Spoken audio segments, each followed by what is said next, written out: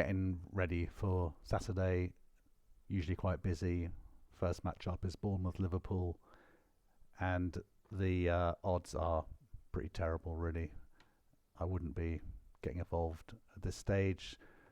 Over 2.5 is probably a better angle in, and I'm just waiting for this price to move from 1.68 or 9 to 1.8 or 9, and hope that there isn't a goal, which there appears to have been. Often happens. I came to do the recording because I felt it was something was going to happen fairly soon, and of course I'm a bit late. I shouldn't have done the recording. Should I just put the bet on? But we'll stay in it for now.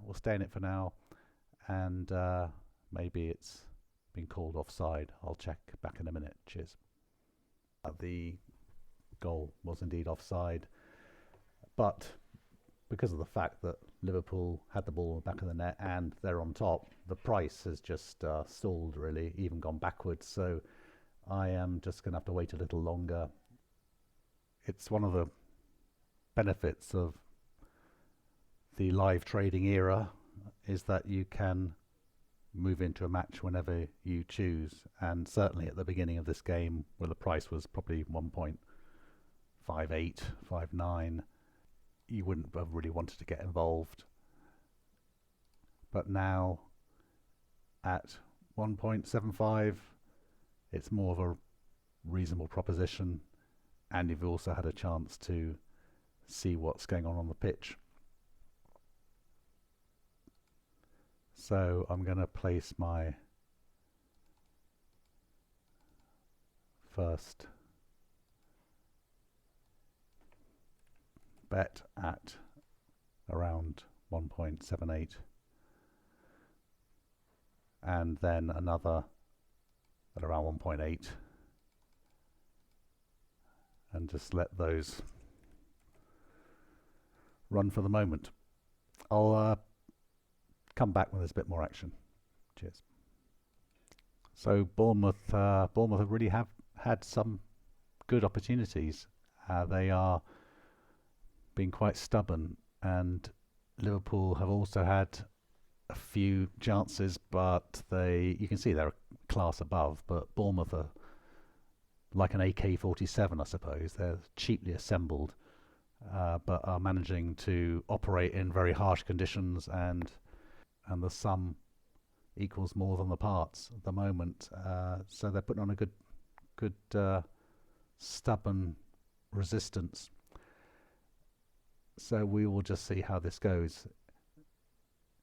You would think that this would be a match where you've got Liverpool at the top of the league, near the top of the league, and Bournemouth right at the bottom. That would be a no-brainer for an over-under goals market like this one.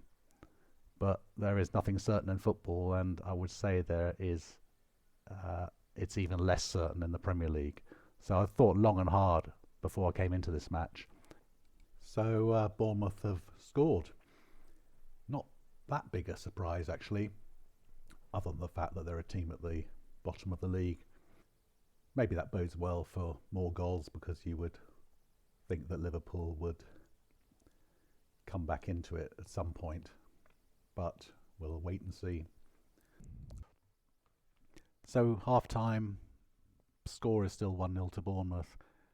Very, very rarely will I come out at half time if there's been a goal, because you're always hoping the manager will lay into his team. I mean, Klopp will hopefully lay into Liverpool. They haven't been great, and they've missed some pretty big chances, Van Dijk especially. So we will just hang in and wait and see what happens in the second half.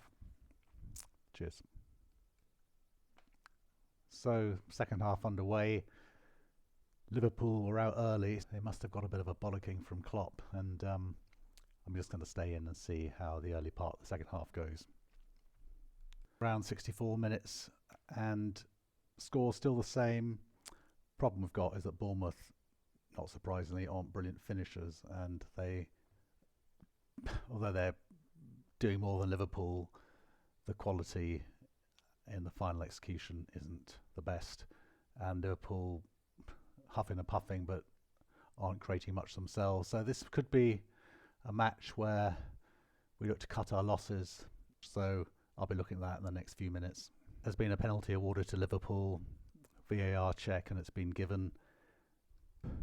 Well, Salah has missed it. It says it all, really. And I'm going to go with my original plan, which was to come out of this game, save myself some money, hopefully. There could be another goal, but I don't think there'll be two. And I will call it a day there on this game. Plenty of other action today. Yeah, so that is game over. Match ended 1-0, and sometimes you just got to lose money across the board to save money, as it were. My original liability was £200, and I have lost 123, saved myself 76 odd quid.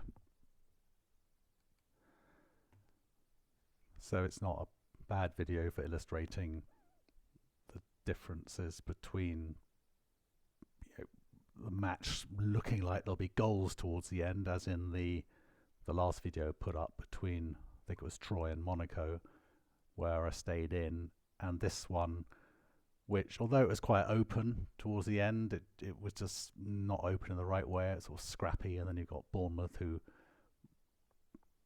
have just found it hard to score generally all season, and Liverpool, who weren't at their best.